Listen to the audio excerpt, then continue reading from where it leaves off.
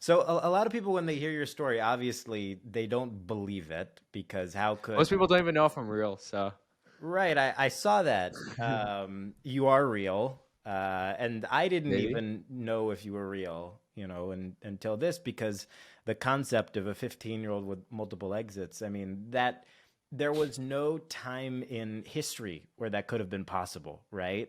Like pre-internet, that is quite literally impossible because of the manual labor it would have taken to build something. But in this age, you're basically the first to where that's There's even actually a possible. ton of little kids. There's actually a ton of, I guess, people under 18 now that Right. it's mainly because of quarantine, right?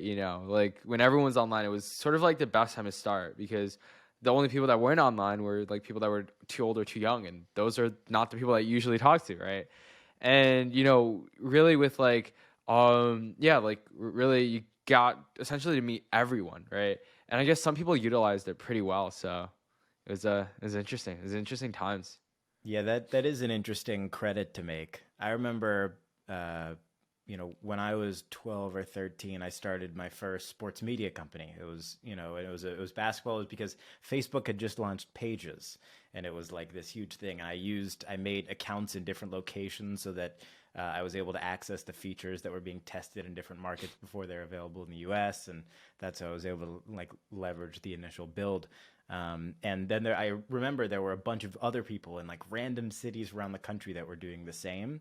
And that was like, a version of that back then, but it feels like you are the future here. You are building tech companies at 15.